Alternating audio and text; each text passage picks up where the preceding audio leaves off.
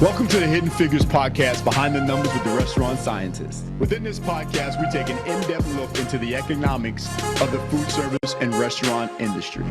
The show will examine the economic disparities and inequalities impacting Black food service professionals and restaurateurs. We will support and empower Black food service professionals and restaurateurs by providing opportunities for increased visibility, access to capital, and problem-solving expertise.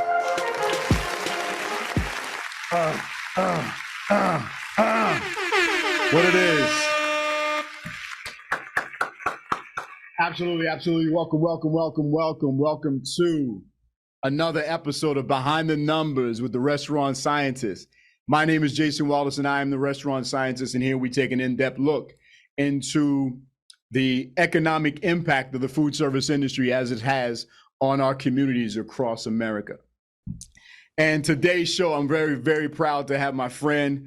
We kind of go back, I don't want to say maybe 10, 15 years. Two days. Yeah. Straight, Harlem World. Without any further ado, let me introduce Beatrice Sibblies. Beatrice, how are you? Really good. Hi. So Beatrice is the managing partner of BOS Development and founder of Village Harlem. And with Beatrice, we also have a gentleman, very powerful, very, very strong in his spot, Keron Edwards. Keron, welcome to the show. Thank you. It's a pleasure to be here. Thank you. And Keron is managing director of Black Pearl Consulting. So between these two individuals, we have a wealth of knowledge that we're going to share with you today. Beatrice, let's start. Ladies first, Keron, no disrespect, right? Listen, it's only appropriate. Tell us a little bit about yourself. I know you got that Ivy League degree, Wharton, UPenn. I'm not trying to drop, but no, I am trying to drop. Listen, she is impressive. Yeah, oh my goodness, she's super impressive. Beatrice, talk to us. Tell us a little bit about yourself, your background, your history, and all that high-end education you got. Sure. So I started out in the island of Jamaica. My parents were small-scale real estate developers. They built the house I grew up in and a couple apartments, and that gave me a love for, bricks and clicks and how the money makes it happen. My mom ran the books, and my dad built the buildings, and I managed my mom's checkbook and just try to absorb the whole thing. And I think that's probably been one of the most decisive experiences of my life, right? Really just being a part of understanding how capital creates place. And so I started out my career. I left Jamaica. I studied overseas, and I went to Yale, went to Wall Street, at some point in time went to Wharton. But I was really struck in the whole journey on the building and financing of real assets. It's great to do a big corporate deal. It's great to do $1 billion transaction, and then you just have a piece of plastic. What I love to do, my first project, 88 Morningside, 74 apartments, 122nd, and Morningside Avenue, is the ability to kind of shape not just the block from the outside in, but people's experience in living in a premier building from the inside out and having it be, a very desirable location. So that's it. My background is very varied. And that's what you need to play in the real estate game. You need to understand design. You need to understand finance. You need to understand market trends. And so I feel very at home in this space. I'm both a developer, a broker, and a community activist. And I'm proud to be, Harlem's now my home. I've lived here for 20 years. I've probably known you, Jason, unfortunately, for 20 years. It's really interesting to see the transition that's happening. But what I'm committed to is that transition empowers us as a community and builds wealth, and is not a conversation about displacement. So a lot of the work that I do is really thinking about how do we create ownership in commercial real estate, which is not where a lot of us have focused in this industry. Most of my colleagues in the development space focus on residential. But I understand the role that commercial development, i.e. non-homes, is important for anchoring communities. And that's why my practice focuses on retail and commercial infrastructure. Absolutely. And I don't know if you guys noticed and heard what she said, without displacement. That's huge. That's right. There's a little pearl of wisdom right there she dropped, because what ends up happening is when we know that our communities are being redeveloped and gentrification begins to happen, we are displaced as those property values go up. And particularly, I'm in the restaurant space, and so Beatrice and I cross paths. To have someone, one, of color at her level of knowledge and expertise, two, being a female, and two, having that advocacy point, is critical for us to understand the passion that we put into our projects, but also the financial rewards and the return on those investments for not only just for our communities and for us as individuals. So let's give Beatrice a round of applause for all that she has done.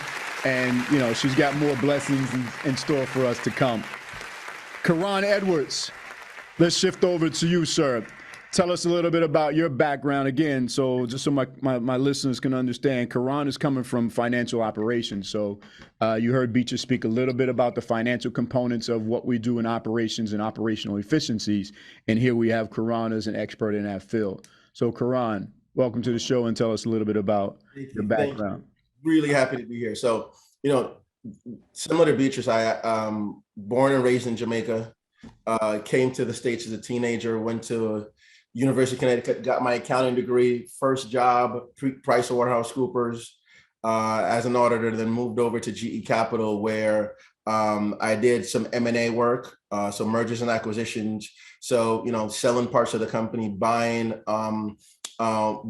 other smaller companies to sort of grow the conglomerate in a way. Decided to pursue a passion as a financial advisor and manage money for a while. And while I was doing that, I really saw an opportunity where I saw a lot of entrepreneurs, because many of my clients were self-employed people. A lot of entrepreneurs had businesses, but didn't necessarily know how to build it and how to scale it. Didn't really know how to assess how much capital they needed, the timing of when they needed capital, just to use money efficiently, right? Because we don't really think about how, sometimes we don't think about the fact that, well, you just don't want to take on a lot of debt, right? There's a cost to it. There's a cost to your bottom line. So teaching them how to do that. And also because I did M&A for a while, so which meant, I both put together companies and I broke them apart, right? Mm-hmm. So I took that experience as well and created my consulting firm to really help small businesses. Many of my clients are people of color, because sometimes we haven't necessarily had access to a lot of the traditional financial opportunities that are out there to grow and scale our companies. So I spent a lot of time working on that. I have clients here in the U.S. I have clients overseas in West Africa, say Ghana, for instance. So I really focused on helping the POC community. And obviously I'm open to help to work with everyone, but really focused on the POC community to help them, get ready for prime time. You know what I mean? Yep. To be able to sort of go out and put yourself in a position where you can present your company to investors, get the capital you need to grow, to create jobs, and to build wealth. Absolutely. Just so my listeners, so you'll know, Keron's going to come back and we're going to do another show with him as well, because what most restaurant operators, so my client base, so my viewership falls into two categories, right? There are existing operators who already have a restaurant that are operating up and running, and they may need to scale up in terms of growing or reinvesting in their brands, right? And then there's a startup. But what what many of them are lacking is someone like at your level of professionalism and knowledge about how to raise capital. What should those ratios look like and feel like? And we know that the restaurant industry has a bad rap in terms of the number of success, right? Which makes it very difficult for banks to want to lend to us. Commercial lenders to want to lend to restaurants, because when you look at that balance sheet, assets, liabilities, and owner's equity, on that balance sheet, you will have equipment, right? Prepaid expenses and things of that nature.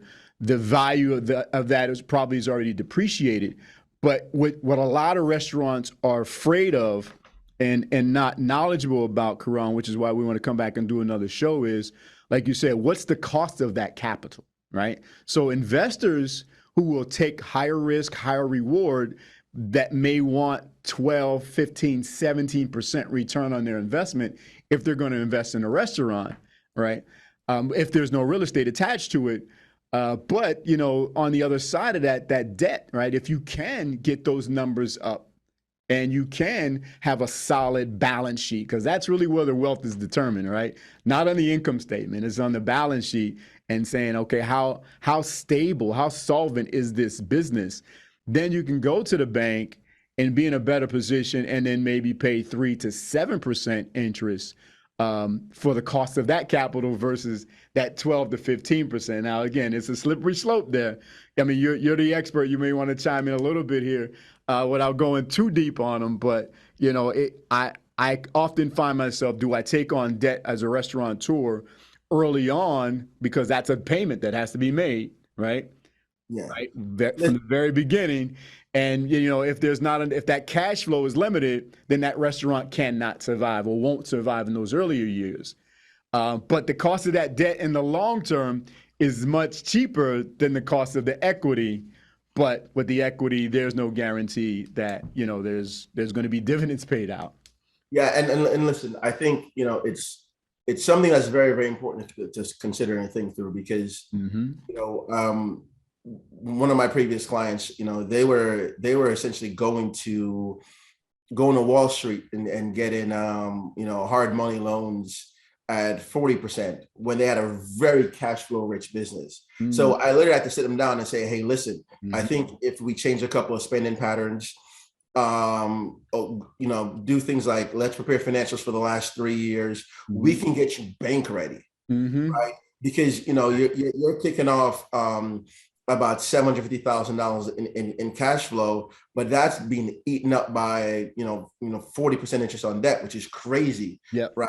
And so let's get you prime time ready. So, you know, a change in spending patterns alone saved that company about $200,000 a year. Right. And we took that money and reinvested it into the business to get, you know, build additional inventory to reach out and distribute to additional stores.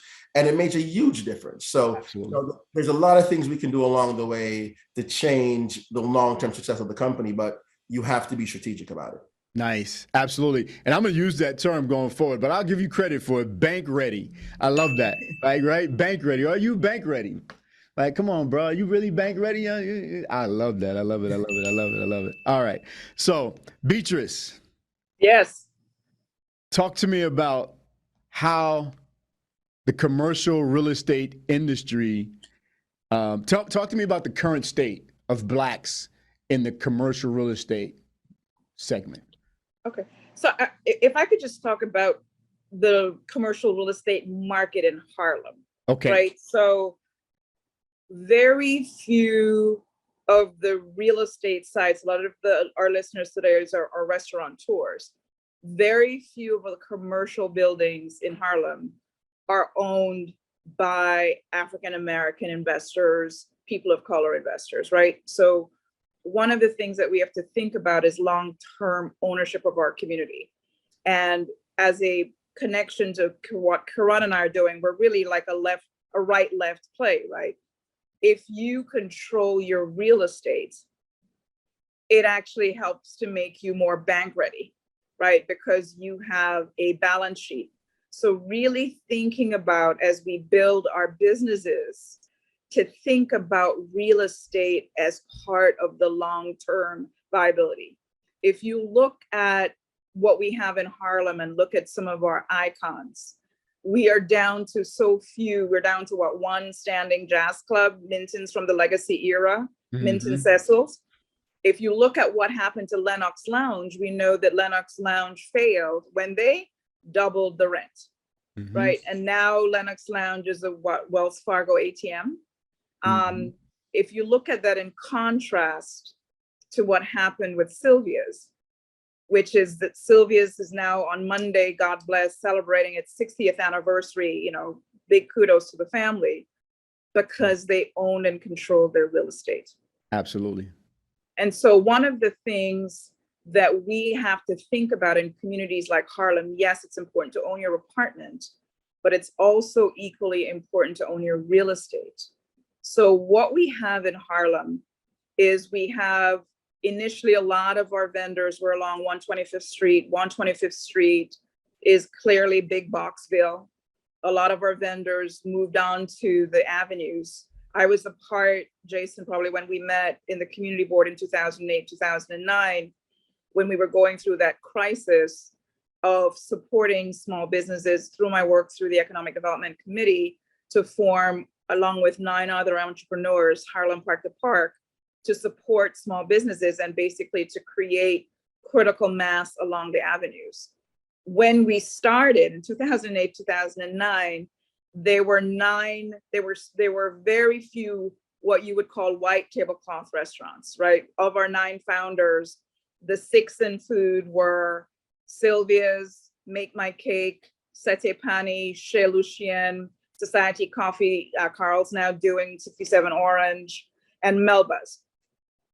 Along the avenues in the central Harlem core, what we call the Harlem Park to Park district, Morningside Park, Fifth Avenue, Marcus Garvey Park, Central Park North up, in that central core, that was it. We marketed the area systematically, and now as a group, I stopped counting 300 small businesses, and I stopped counting when we got to 50 restaurants. Now, when we started, rents in Harlem along the avenues were $40, $50 a foot. Mm. Right? Remember? Mm-hmm. Now you're lucky, right, if you can find space for $90 a foot. Yep. Right? So just think about in building the community. Yeah. Think about how much wealth we created in that real estate that we don't own. Absolutely. Absolutely. Well, one, let's just give Beatrice a round of applause for the work that she's done in the community and the consciousness that she's brought to it. And the passion, right? That advocacy point is very critical. I came to Harlem in 1998. And there were more Black-owned restaurants in Harlem then than there are now. And the critical work that Harlem Park to Park has done and Beatrice has done is commendable. And also understand that what that means is that these landlords these are triple net leases, right? So not only are you paying the rent, you're also paying the property taxes, and you're paying the gas bill and the light bill and the water bill and all these other costs that are associated with running a profitable restaurant, which is why, as Keron is saying, it's difficult for you to become bank ready, because the lease that you sign sets you up for minimum return on investment, not maximum return on investment, if any return on investment at all, right? Because, one, these developers are developing these restaurant spaces to be 2,500, maybe 3,000 square foot spaces, maybe. And now, if you know anything about restaurant operations, by the time you talk about a kitchen exhaust hood, right? So now you're talking my world, right? Design, build, layout. I can't function with less than a 15-foot exhaust hood, right? I can't, right? 2 deep fryers if you got one, right? One for chicken, one for seafood. Or if you got pork on, now you need a whole nother one because you can't mix pork and beef together for people who have religious, beliefs and things of that nature. So 3 deep fryers, 1 4-foot grill, right? 48 inches, 1 36-inch burner, 6 burners. Like, how much volume can you actually produce? So even if you did have a 100-seat dining room or you had customers in your dining room, the kitchen can't handle the load, let alone walk-in refrigeration. We got to keep hot food hot, above 140, cold food below 40, right? So we start really understanding the nuances of what I do as a restaurant scientist about, okay, can this restaurant even do $3 million? Because you got to do $2.5 million to break even to pay the landlord, right? So if you had a $2.5 million business and it went out of business, wouldn't you think you had a successful business? If you were generating $2.5 million, but no, not when you don't own the land or the building and the real estate, because now, as she said, Sylvia's owns most of that block, right? Between 126 and to 127, the front side of it, right? Not the whole block. But, So they're I don't know anybody in Harlem or Manhattan that owns more real estate than the Woods family, right? So, but now because they're also the tenant and the landlord, they, that works, right? That works, being both the tenant and the landlord. So yeah, Beatrice, I mean, let's continue to walk down this path. So what's the next iteration of how people can, one, become bank ready? Shout out Keron, right? And two, right? Where do you see Harlem going, the size of that market? How do we pivot and make sure that we put people in a position to actually acquire and work with developers like yourself who have this level of skill set? So you have to think about one of the things I've noticed, and I said it, if I may almost predicted. I remember when COVID started, I saw a successful restaurant owner and he had his head down, and I was like, dude, I actually think you're going to do better in COVID, because what's going to happen is all the people that used to work in Midtown are now home, and they, in addition to dinner, they're going to need breakfast and lunch. And he actually, I saw him a year later and he's like, absolutely right. They actually were making more money in COVID because they also had a really strong takeout business, right? So also managing the real estate, i.e. optimizing the operations for both in-store and out of store dining. And so one of the things that I think is a huge opportunity for communities like Harlem is work from home is actually good for commercial real estate in more residential neighborhoods. Okay. Right. At this point in time, I'd rather have a restaurant in Harlem than a restaurant in Midtown. So with that said, I think restaurateurs have to be sensitive to make sure that they have secured their real estate for the long term, either on a lease basis, and there are fewer ownership opportunities, but that's something that my project Village Harlem seeks to address, is to build in opportunities for long-term ownership. But even in the leasing market, I think that now as we come out of COVID, it's a time for folks to really look at their leases and see if they have the ability. And now that things are getting better, you might have gone month to month. You might have, blown some of your covenants, but really thinking about, I think Harlem is going to be doing 24 months from now, I think we're not going to recognize this marketplace. And I think it's going to be really important for people to secure their future. So very, very quickly said, I think it's time to, I've seen spaces that have sat on the market empty for a super long time snapped up. So that's important. With respect to ownership, we can have a second conversation about that. One of the reasons it's a pleasure for us to work with Keron is for us to be able to own the real estate, we have to be bank ready. For us to be bank ready, we have to have operating efficiency. So I actually love this conversation because we need the restaurant scientist, we need the finance expert, we need the real estate to make sure that our companies are operating at an optimal level so they can be bank ready, not just for short-term financing, but for long-term financing and ownership. Absolutely, absolutely. And we need bank, as from a restaurant operations point of view, and I know, one, all those, Setipani, Sylvia's, Melba's, Boulevard Bistro, Harlem Hops, those are all clients of mine. So, I've either taught them in college, even, Chef Carlos from Boulevard Bistro and even Kim from Harlem Hops were my students at the New York Restaurant School. I've designed and consulted for all of those individuals. But on the advocacy side, Eat Okra, what we're doing with Eat Okra is advocating on behalf of Black restaurants across the country. And one of the agendas that I have is rent reform, right? Because restaurants are not retail locations, right? They're not Duane Reade's, they're not Macy's. It's, a restaurant is a manufacturing plant. Right? They bring in raw materials, right? They secure raw materials, they manufacture them into end product, and they simultaneously market them to the end consumer.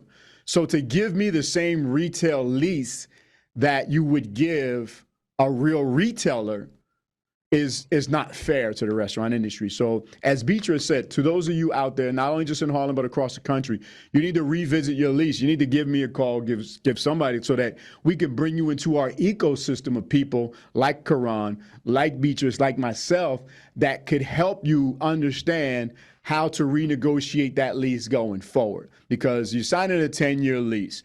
So let me just tell you, all right, so let me just help out. On Keron's side, getting bank ready or investor ready, as an investor into your restaurant, I need to get my money, the initial money that I put in, back in 36 to 48 months, right? So now if my rent is already at $20,000 a month, right? I've seen, you know, and especially in the Harlem market, anywhere from $15,000 to $20,000 a month, then that means I need to do $2.5 million to break even. Not to make a profit, because goal of making a profit is 10% net operating income or greater.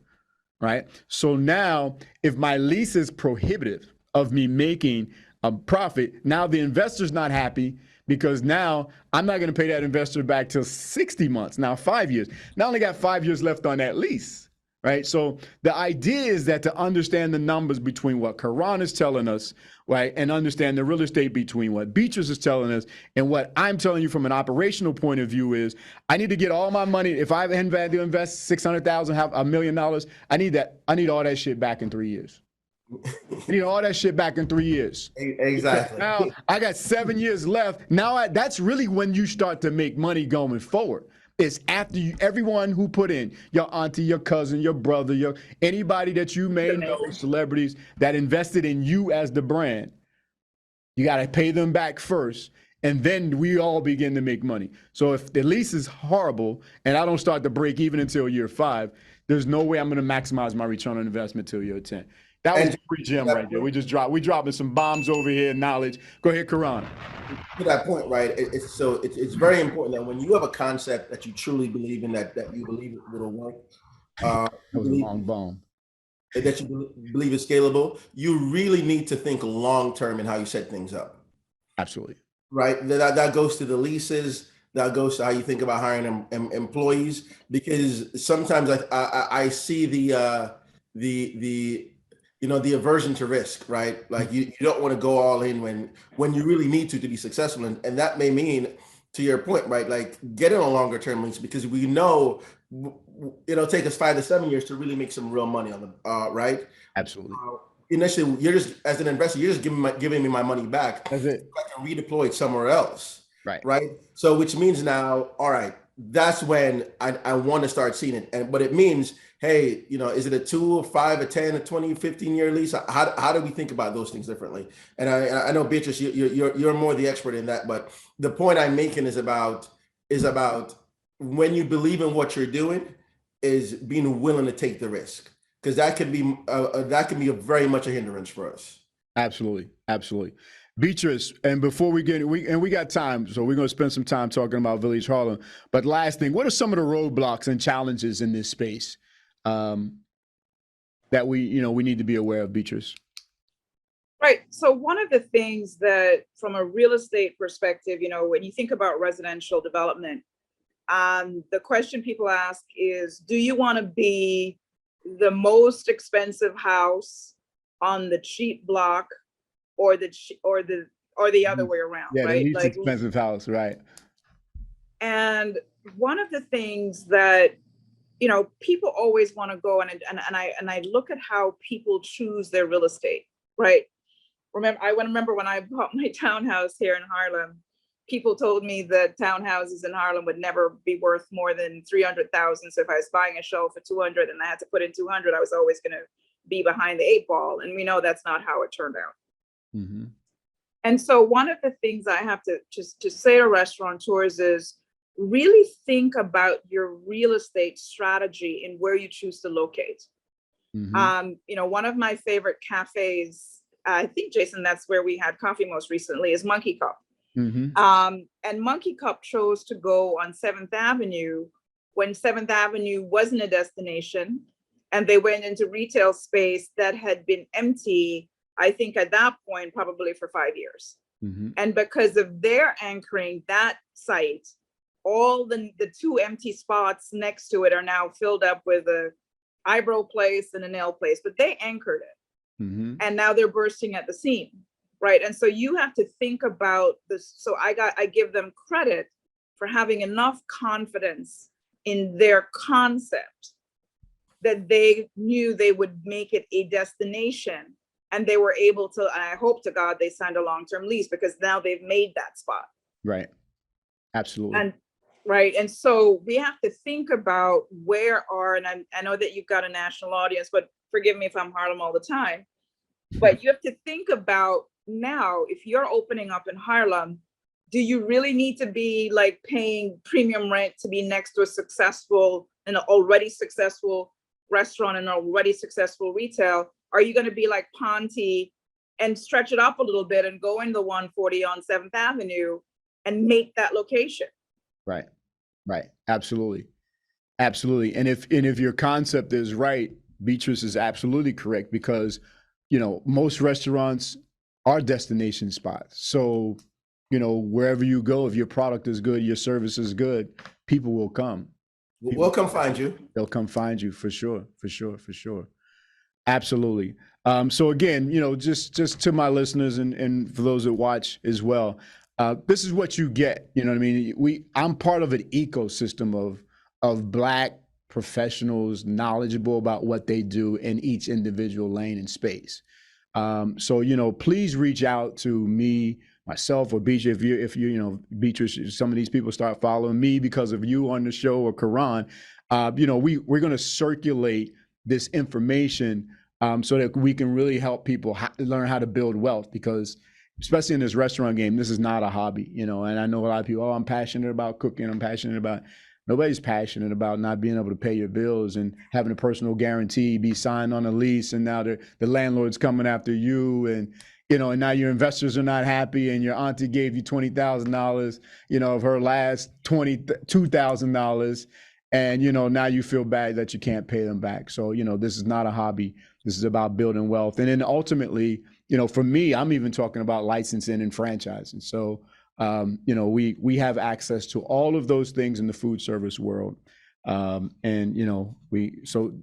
bottom line is, reach out to us and utilize us. Beatrice, Village Harlem. So when you called me about this thing, I don't know. I was thinking about it all night. I'm like, it's so exciting. I was not surprised that, it came from your brain, from your passion, because of, who you are. So, talk to us about Village Harlem and your vision and your mission for Village Harlem. Sure thing. So when you're a real estate developer, right, and you're doing commercial development, the first thing that you need is an anchor tenant, right? So if you're doing your typical commercial development, back in the day when, Macy's was a good thing, you'd go out and you'd get Macy's to anchor your mall, and then you were all set. If we're going to be building Black Main Street, right, we could do it by making it a strip mall and adding in, some Dollar Tree stores and some CVS's, because those stores are bank ready, right? Or we could be creative about turning our own businesses into those anchors. So at the primary level, Village Harlem is about doing commercial development and anchoring our commercial development with our indigenous homegrown brands.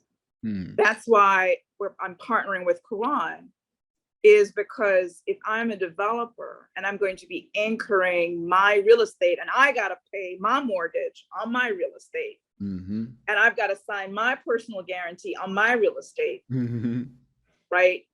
I have to make sure that the people that I am bringing in as my tenants, and I'm happy to do it rent to own, are optimized so that the goodness flows all the way through. Love it. So number one, it's how you build your tenanting strategy.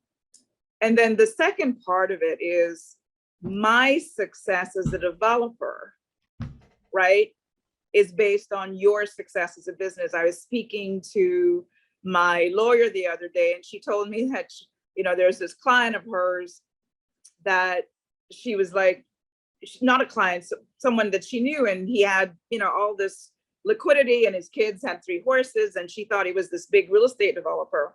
And then she checked she got to know him better, and he builds Dunkin' Donuts. Wow. He built Dunkin' Donuts, right? So it is in my interest, right, that if I work with homegrown clients, the success of my homegrown clients and being able to go on the road with my homegrown clients makes me wealthy as a developer, right? Absolutely. If the homegrown clients we cultivate in Village Harlem now are in Village Brooklyn, now in Village Atlanta, now in Village Baltimore, right? And I do a good job for them, and they take me on the road with them to build their real estate, then I'm like the real estate developer that's got the hookup with Dunkin' Donuts. Right. Right. And so how do we make sure our companies succeed? We make sure that they are. So the idea is that I'm real estate as a service, and I provide value added service. So not only do I provide you real estate, but I got a relationship with a restaurant scientist to help you optimize your operations. I got a relationship with Keron to help you get bank ready. I've got a relationship with, Whole Foods or Target or Starbucks or whatever to get you distribution. So I'm setting you up for success. That makes you a better credit tenant. So what Village Harlem is about is to use your words to create an ecosystem that breeds success, and then monetizing that success in a virtuous cycle. Let me get some hand claps on that. Wow. So, and the piece that I like and that I'm hearing is it becomes a model for communities across the country. There you go. Right. Pittsburgh, Detroit, Cleveland, Baltimore, all the way down the Eastern Seaboard. Right. Yep. Chicago going west. Right. Wow. Very nice. Very nice. So what are any more? We got about 8 more minutes. Any additional information can you share about it? Or I know a lot of times you got to play some of this stuff close to the vest. Like I say, when you text me, I'm like 2:00 in the morning. We texting and emailing each other because it really isn't like you an inspiration to me. One, let me just say that because once you started talking to me about it, you articulate your vision so clear, then that it just inspires me and say, okay, now how can I get involved? So in the last 5 minutes or so, I don't know if you want to go deeper into Village Harlem or you want to go deeper into some other area. I will say one more thing, and I'll make it a call out. And this is why, again, everyone that I work with in Village Harlem has their own business. I have no employees, and I like it that way. I want to keep it that way. I really see Village Harlem as a collective, as a guild for entrepreneurs. And by bringing in talented entrepreneurs, everyone is at the top of their game, and we're executing all together at the top of our game. The thing that to me is the opportunity that fortunately we're all now focused on, especially since George Floyd, is thinking about the consumer market and the creation of our local brands, right? I think it is great that we support our local restaurants, right?